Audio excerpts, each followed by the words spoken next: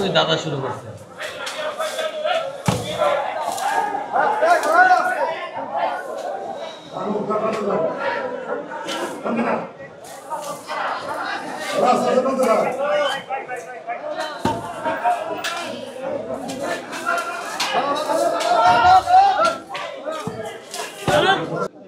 ঠিক আছে এবারে মারি দে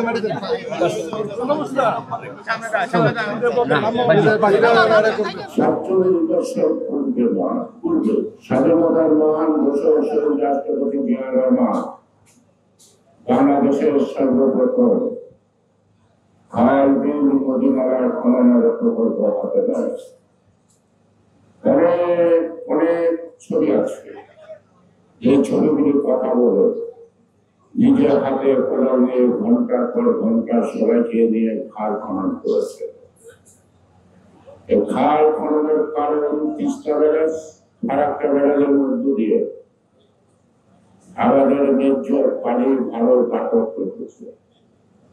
সেই কারণে বর্ষা মৌসুমের পানি ধারণ করার জন্য যত খাল বিল নদী নালা আছে সেগুলিকে খনন করে অতিরিক্ত পানি ধারণ সংরক্ষণ করা এবং তার মাধ্যমে সেচের মধ্য দিয়ে আমাদের খাদ্য উৎপাদন বৃদ্ধি করার ইচ্ছা।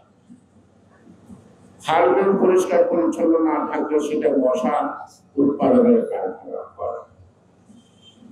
ময়লার ডোবার মধ্যে নানা ধরনের জীবাণু থাকে, যারা আশেপাশে বাস করেন তারা নানা রকম রোগে আক্রান্ত হয়।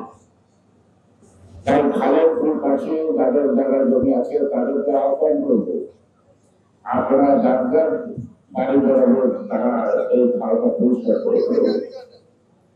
এবং বিএনপি আপনাদের ভোটে যদি রাষ্ট্রীয় ক্ষমতা আসছে, যে জায়গায় সেই খালটি এমন সুন্দর করে খনন করবেন যে পিতার পাল্টা খেলায় দুই পাল্টে যেতে আনন্দ পাবেন। আপনারা দেখেন না একসময় খালের পানি মানুষ খেত, এখন খালের পানি মানুষ তো দূরের কথা, কুকুর কিছু ঘরে খায় না, খাইলে পেট খারাপ হয়ে মারা যাবে।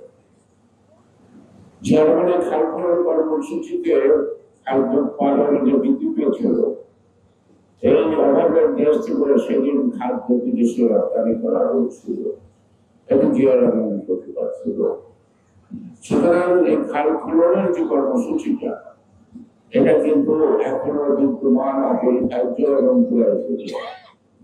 সেই কারণে ভারপ্রাপ্ত চেয়ারম্যান জনাব তারেক রহমান সেই 19 দফার অন্যতম খাল খনন মধ্য দিয়ে আমাদের পানি সমস্যার সমাধান করার যে কর্মসূচি ছিল, সেই কর্মসূচিটি আবার আমরা পুনরায় চালু করছি।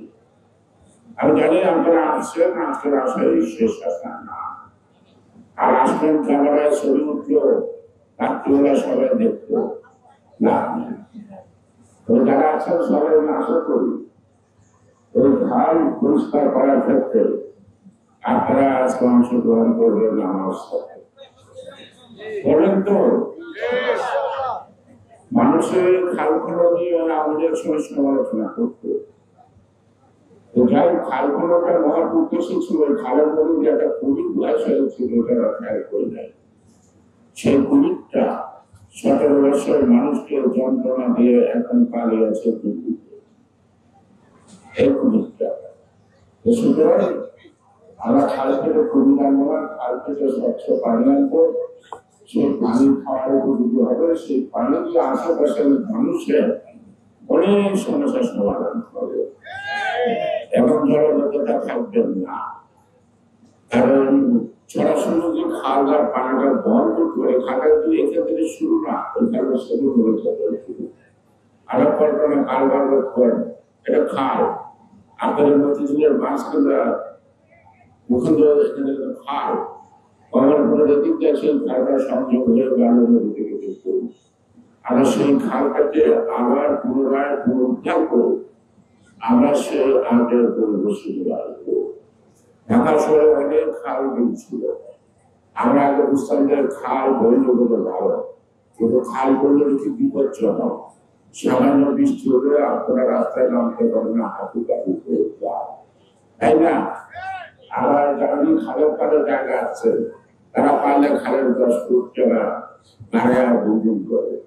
এখন যদি সঠিক প্রয়োগ করেন অনেকের বিল্ডিং ভাঙা যাবে, হয়তো আমরা সেই বিল্ডিং ভাঙার পক্ষে না হলো, কিন্তু আর যেন যখন না হয় এবং সংরক্ষিত হয় সঠিকভাবে সেই উদ্যোগটা আমরা গ্রহণ করতে চাই। বিএনপির প্রতিষ্ঠা জনসেবার জন্য, দেশ সেবার জন্য। আরেকটা জিনিস হলো আমাদের সরকারের আপনারা অনেক দাবি দেওয়ার পরে আগে আমাদেরকে সরকার পরিচালনার দায়িত্ব দেন, তারপরে যত দাবি আছে দাবি করেন।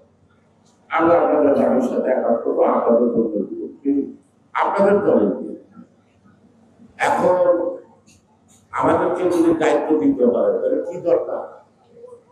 কি দরকার? ভোট। জোরে বলেন, ভোটটা দরকার নাকি? এর মাঝে মাঝে নানান ঘটনা দেখেন না, এটা হলো যে আপনাদের যে ভোটের অধিকারটা যাতে আপনারা না পান, ভোটটা যাতে না দিতে পারেন, তার মধ্যে একটা ষড়যন্ত্র আছে। কিছু অনুমান করা যায় কিন্তু চোখে দেখা যায় না, কারণ চিহ্নিত শত্রু মোকাবেলা করা সম্ভব।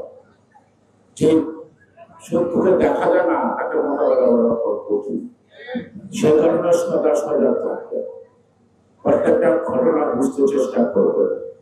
এবং সেইভাবে এই বাংলাদেশে গণতন্ত্রের বিরোধী, ভোটের বিরোধী শক্তিকে উচিত জবাব দেওয়ার জন্য আপনারা সজাগ থাকবেন।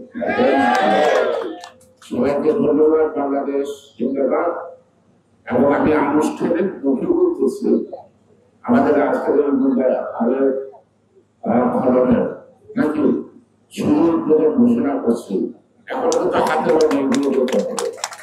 আসুন আমরা সবাই আসি, একটু একটু করে অবদান রাখলে